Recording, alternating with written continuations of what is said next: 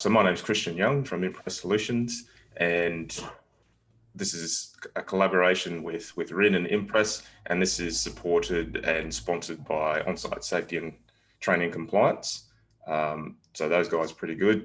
Nathan, the owner of that, certainly reach out to those guys if you need anything done on the safety and training front.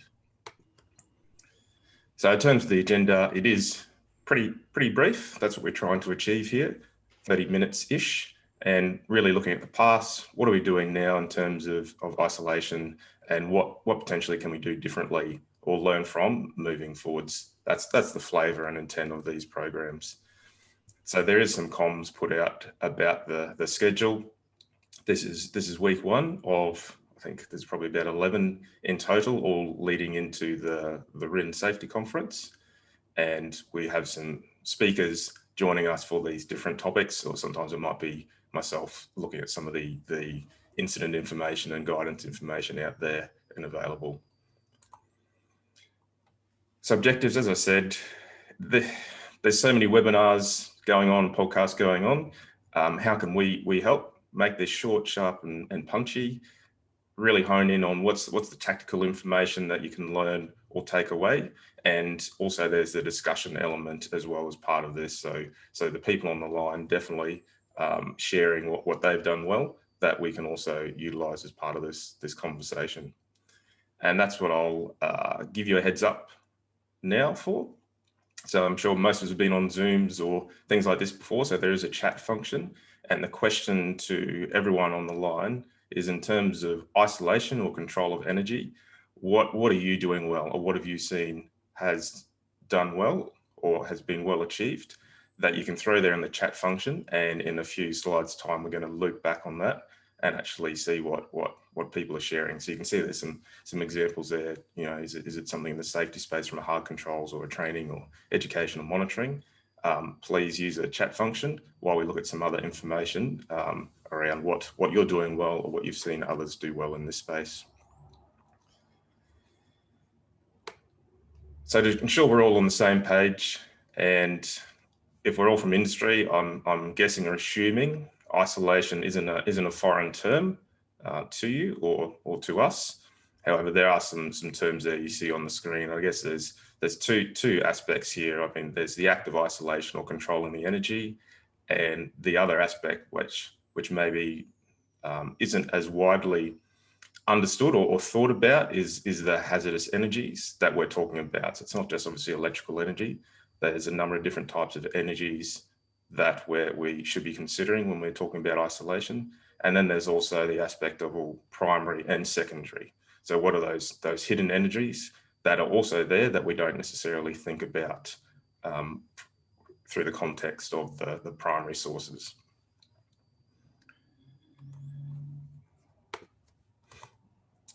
So thinking about the past, so we have had a look to see if there's some incidents around the traps that we can learn on and leverage off. So this one here, I'll read a quick description.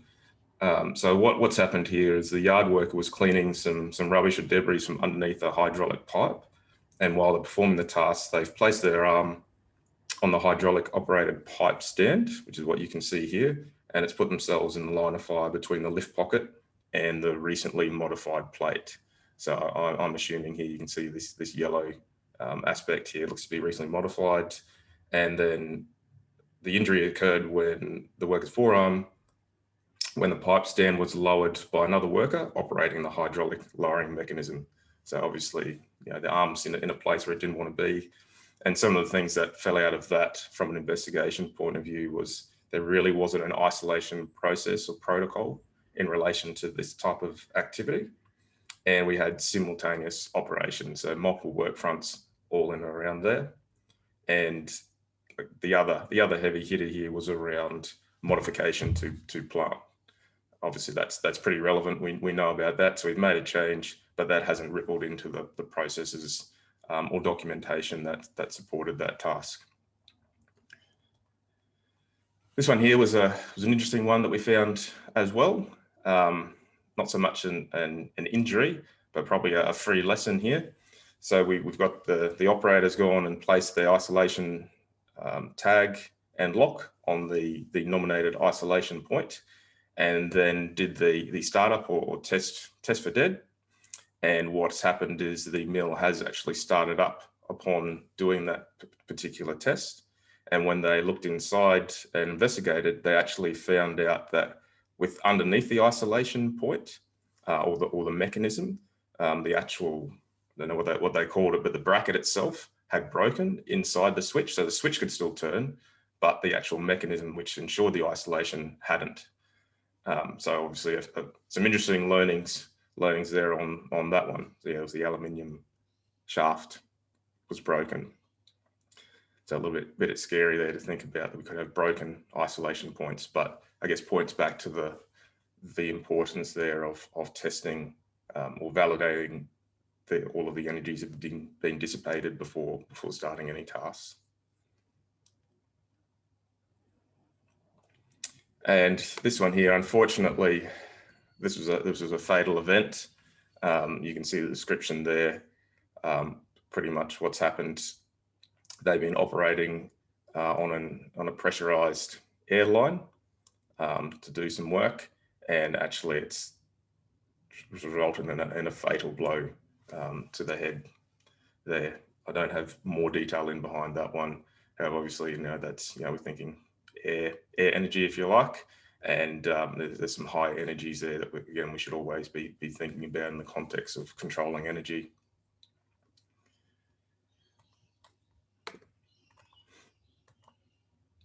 Okay, so that's some of the historical incidents that we did find. I'm sure there's lots, probably you in your own experience have come across lots of incidents and injuries potentially in relation to control of energy or lack of isolation. So interested now, I'm just looking at the chat box there around what people are doing in respect to isolation that they've seen has worked well, or has been a success, or has demonstrated an improvement. So potentially, because there's only 5 of us on the line, I think we could probably actually talk in person as opposed to using the chat function if people are reluctant to type there. So mate, I might just open up the lines now, and if people have something they wish to share to talk about that we can learn from around isolation, then please, the floor is yours. I see something here from Mark. I'll read that out while we're waiting. So I think having the steps as a page in a SLAM or Take 5 book is a great prompt and gives everyone access to it instead of having to chase the procedure. Yeah, sometimes the procedure's tucked away back in the office somewhere. Yeah, I hear what you're saying, but the Take 5 book is there in person, on the job, and looked at in theory prior to the task. Does anyone else have anything in terms of isolation or control of energy that they've seen has worked well that they might want to share? Yeah, Christian, Ian Gray here, mate. I think we've certainly seen over a period of time a few different, I guess, scenarios that were not great in terms of isolation. But I guess a couple of that stand out for me is we've had situations in the past where our crews have been on a particular site and they've followed the isolation protocol and they found the right isolation point according to what was described or what was on drawings, and they've isolated and actually found that the drawings were incorrect, and the isolation that they enacted was not for the pump that they were working on. So I think it's a super important lesson, I guess, in terms for that test for dead. And on those occasions, unfortunately, our guys have done that. They've tested for dead, found it that's still alive, been able to circle back and actually locate the right isolation. So I guess from my perspective, can't emphasise strongly enough the critical part of test for dead. But also now we actually go, particularly in coal handling preparation plants, we go a step further. There's test for dead, which typically happens at the job, but there's also verification. So, talk to the control room. Can you A, see that it's isolated, and B, can you test? Those additional steps, although might be seen as take a little bit of extra time, they are fundamentally critical to the safety of our teams. That's great. Thanks for sharing there, Ian. Some really good lessons in sharing. Is there anyone else that has anything there in terms of isolation that's seen done well or seen worked well in the space?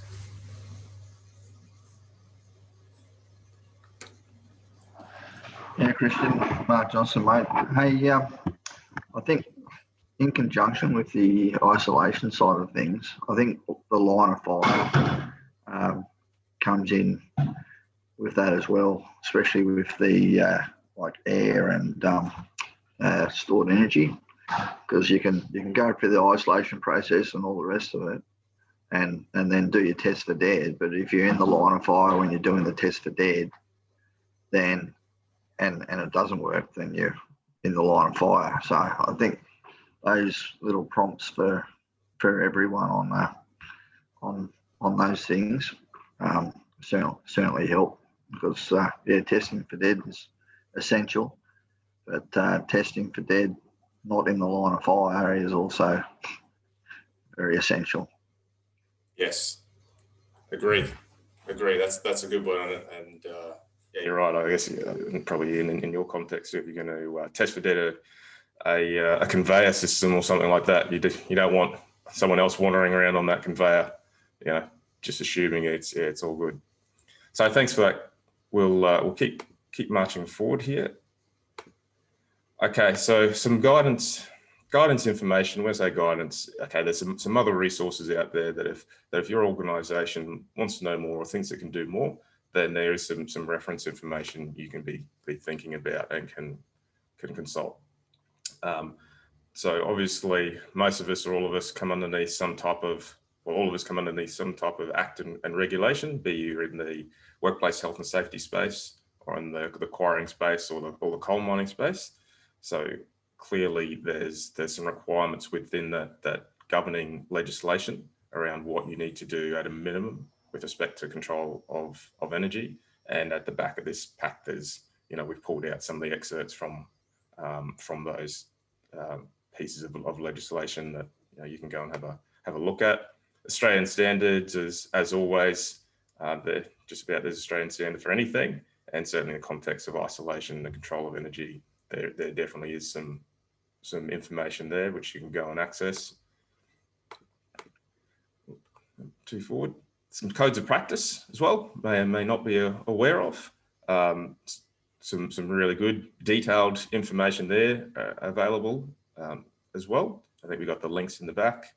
And at a industry level, there are some guidance notes and safety bulletins and the like. So certainly there's lots of information, and if you have subscribed or are subscribed to a bulletin type process, certainly you get regularly informed of incidents, some of which may relate to isolation, and some of the learnings that fall out of that. So I'll touch on this one. In the context of your safety and health management system for your business, this model here is based on the 45001, the international standard for health and safety. And you can see around the outside, essentially it follows the plan, do, check, act model. And in the middle, it's all based on and predicated on consulting with the people that do the work. And there's some leadership aspects. So if you think about those aspects, you would like to see that your safety and health management system or your processes address, in the context of isolation, all of those aspects in some way. So for example, at a planning stage, most organizations have a parent level procedure or standard or something that talks about, okay, this is how we manage isolation or control of energy for our business.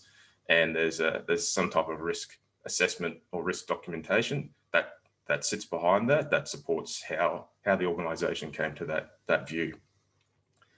Then at a support and operations level, or the doing aspect, you would be looking for procedural type information. So if I'm going to isolate this haul truck, what's the how-to information that's available to me in order to be able to achieve that? And that could be in the form of, well, permits or training, or there's OEM manuals. Some organisations have machine-specific isolation sheets and the like. So it's really that tactical information. And if you do have those, how are they controlled from a version perspective? I know there's some interesting conversations sometimes we find when we look at OEM manuals versus actually how isolation is done on site, and sometimes there's a gap. And the challenge is how do you manage that gap or close that gap within your safety and health management system. Bottom, performance evaluation. So what's in place that tells you the health of your isolation process? Some examples there could be incident reports or inspections, or some other activity within the business, but you certainly want to be monitoring the health of that. Certainly, you don't want it to be out of control, that process.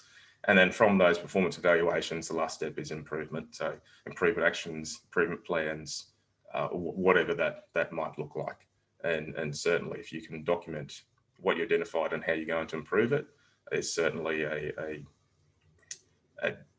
thing I'd strongly suggest anyway. That's a bit about the safety and health management system. Again, we're probably come from different industries. There's different models of control of isolation. Certainly in the mining context, most organisations align to this 12-step process. And the good thing, I like this model. Commencing works only appears about halfway.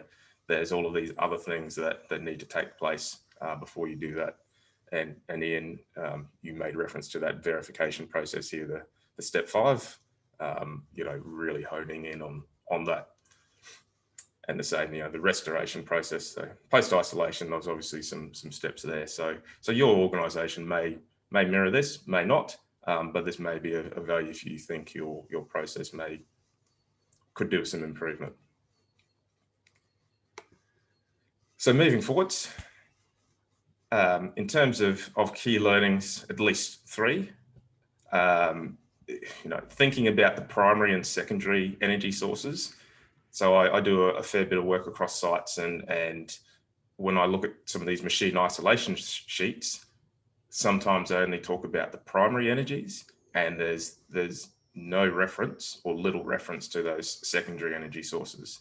So certainly I would strongly suggest to think about that within your own organisation there. To have we covered everything that we think is important for these different tasks, and if we haven't, then certainly involve the people that do the work if you're going to do some work in that space.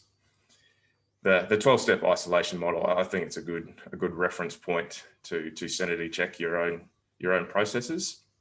And well, it's good, Ian, you certainly supported this, the verification. I mean, we saw that example where the isolation point itself could turn, but internally it was broken.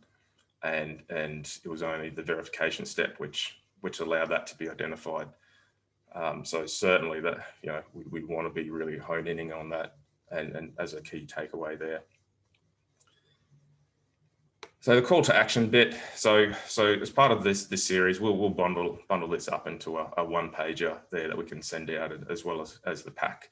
And we really just want to think about what are at least 3 things people could think about as a key learning, and 3 things that you might want to do as a key takeaway. We're not trying to boil the ocean there.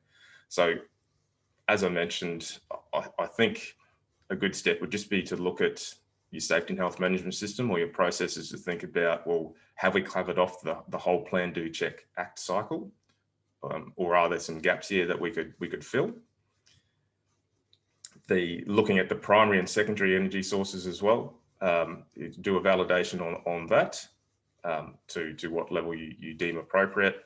And the last bit here, confirm or implement a program to sample isolation process.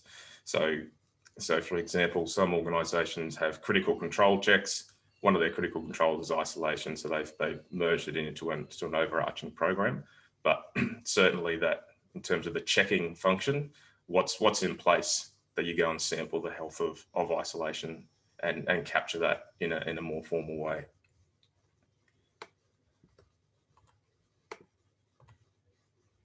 So where to from here? As I said, there'll be we'll send out a one-pager for all of this. The next webinar is next Wednesday night, I believe. Also think about the Health and Safety Forum for RIN, which is taking place in March. If you haven't got a ticket, go and check out the website and get there. Some of the topics and speakers that you'll see throughout this program will be attending that particular event. So it'll be a good event coming up.